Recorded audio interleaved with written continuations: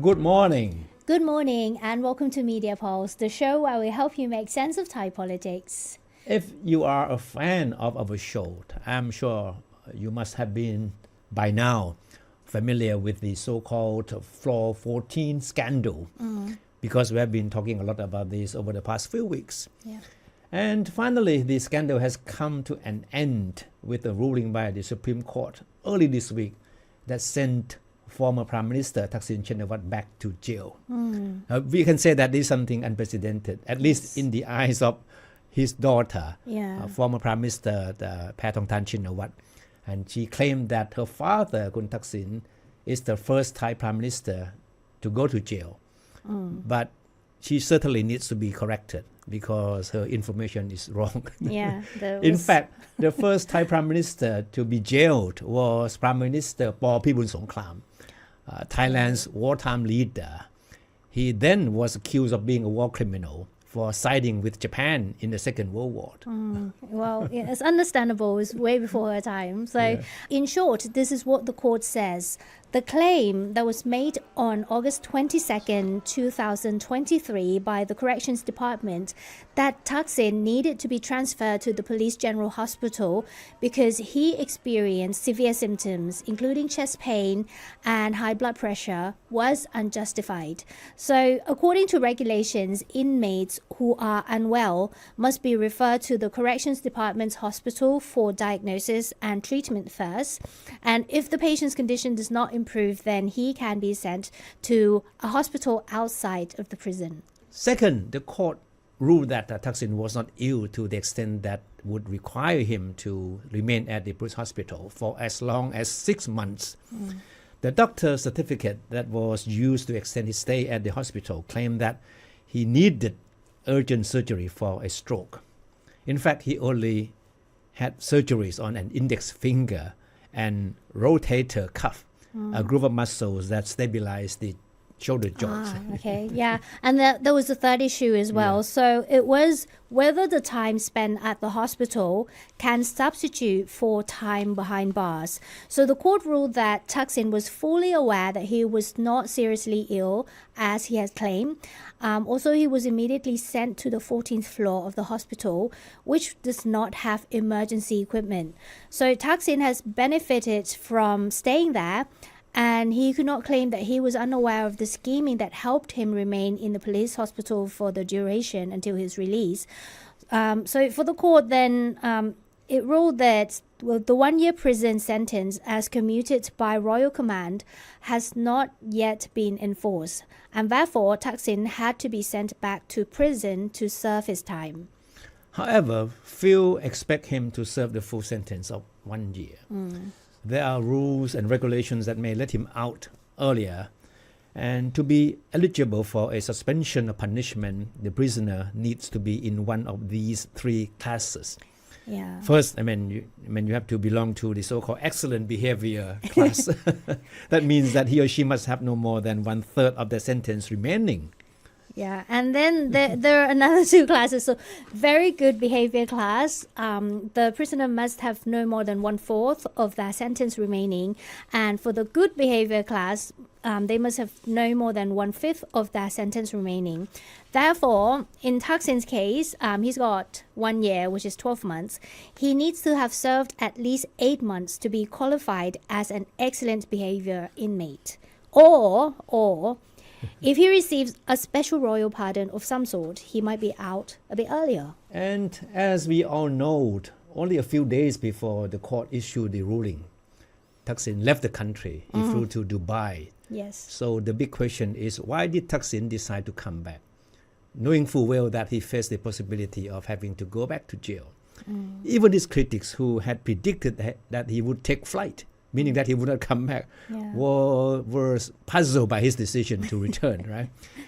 Because Thaksin at that time was safely ensconced in Dubai. Exactly. And was already beyond the reach of Thai law. There are several conspiracy theories. One conspiracy theory has it that Thaksin was tricked into coming home on a promise that the Supreme Court would rule in his favor meaning that he would not have to go to jail. Some Thai media outlets reported that the promise was supposed to be part of another political deal. If such a promise or such a deal truly existed, the question is, who made it? Good question. No, the Thai media have been using the term the ruling elites to refer to people who have been shaping Thai politics from behind the scenes, right? These are supposed to be the same group of people who initiated the deal that allowed Thaksin to return from his exile in 2023.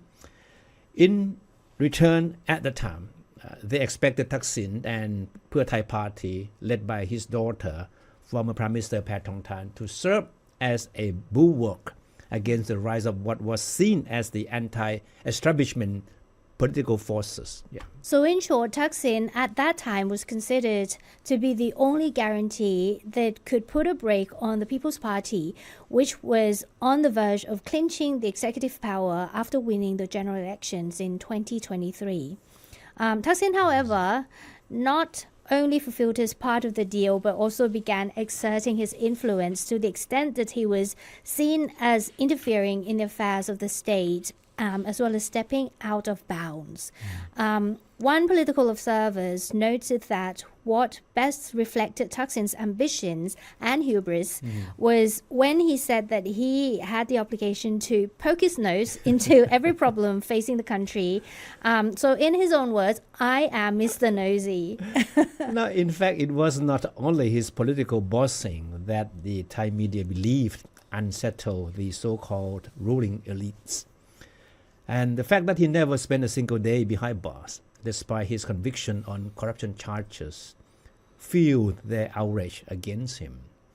And the Constitutional Court's decision late last month to remove his daughter, Pheu Thai, as Prime Minister was seen as a clear signal to Thaksin that the old political deal that he made with the so-called ruling elites was no longer valid. And that explained why all of a sudden Thaksin chose to fly out of the country only a few days before the Supreme Court was to rule in the so-called 14th floor case.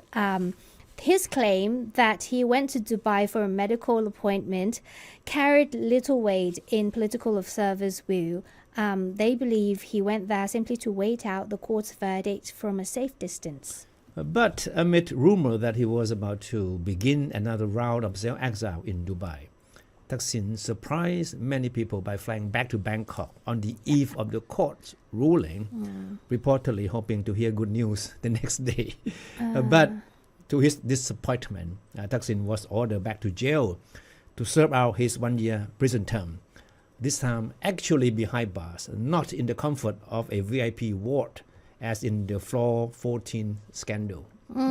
Some media outlets have concluded that the whole thing was Thaksin's own doing, believing that he had the blessings of the so-called ruling elites. He went out to throw his weight around and stepping on people's toes. At some point, in the eyes of the elites, Thaksin turned out to be more of a long-term threat than a useful political tool. So the 14th floor legal case has provided them with a perfect opportunity to rein in the former prime minister. As you just mentioned, that there have been so many conspiracy theories. And another one of them is that there was indeed a political deal for Thaksin to come back to face the verdict, with an understanding that he would spend only a fraction of his jail time actually behind bars. And within no time, he would be transferred to an alternative detention facility outside the prison, as allowed by a recently amended regulation, and a further royal commutation of his sentence or even a royal pardon could follow suit. But despite all these conspiracy theories, Thaksin supporters have a totally different view of his ordeal. They see Thaksin and his Shinawatra family as victims of political persecution, and they see his return to face the music as a demonstration of his political courage. While his critics are convinced that the days of glory of the Shinawatra and Pheu Thai party are things of the past, these supporters believe that Thaksin will emerge from the whole saga with even more political appeal. A key figure of Pheu Thai party, former Deputy Prime Minister Thepchai, even went to the extent of referring to Thaksin as the democracy icon Right. for fighting for democracy, even at the cost of his freedom. Most political observers do not believe that the jail term will mark the end of Thaksin's political road. Once he regains his freedom, he is most likely to continue to use Pheu Thai party as the political vehicle to exert his influence, but more likely in a less confrontational way. And some foresee the possibility of Thaksin resorting to behind-the-scenes role rather than that of the so-called busybody, the moniker he gave himself. So this conspiracy theories aside, they believe that one reason why Thaksin chose to come back, despite the odds against him, was that he needed to save the Pheu Thai party. The party he founded, which has served as the power base of the Shinawatra family for a very long time. And this is believed by many as well, this theory. As we all know that even though he holds no formal positions in the Pheu Thai party, he is not shielded away from demonstrating who the real boss of the party is. He is known to have dictated every single major policy and political move of the party. Now, Thaksin is often referred to as the spiritual leader of Pheu Thai party. And without him, political observers believe that the party cannot expect to revive its political fortunes in the next general election. However, it doesn't mean that Thaksin still has the kind of appeal that helped the party triumph in the past elections. Yeah. Thaksin's critics believe that he is no longer a political magnet as he once was. But for Pheu Thai party, the next general election would be a nightmare without Thaksin, for sure. Yeah. We have been talking a lot about these so-called ruling elites.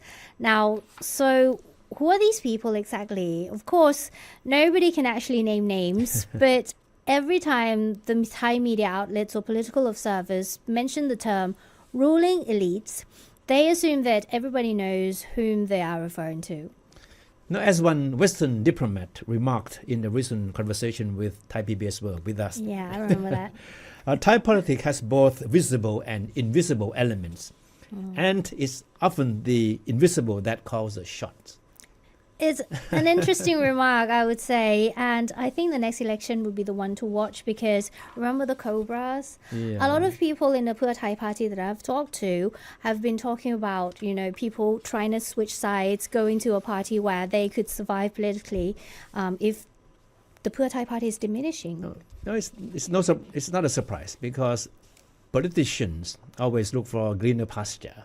Exactly. So yeah. now Phumchai Thai promises to be one of the biggest political magnets in the coming election. Yeah, let's talk about the greener pasture. Since we've mentioned it. So as we are talking, the newly appointed Prime Minister Anutin Charnvirakul is supposed to have finalized its cabinet lineup. So Thailand should have a new government in charge within a matter of days. But it will be a government born under the strangest of circumstances. And the countdown to its demise will begin the very day it takes office. You can start counting down once Kun Anutin takes office and declare his policy to the parliament, right? Because Kun Anutin is bound by a pact to dissolve the House within 4 months after presenting his government's policy. And this is one of the 5 preconditions laid down by the People's Party, the country's biggest party, in exchange for its support for Anutin to become Prime Minister. Yeah. Despite political constraints, it looks like Anutin has started at least on the right foot. He surprised many by naming technocrats and individuals outside the political circles to take charge of 4 key portfolios in his cabinet. So they include finance, commerce, energy, and foreign affairs. And the move is unprecedented in the sense that these important cabinet posts are traditionally considered political spoils up for bargaining by political parties. But the kudos for these appointments did not last very long.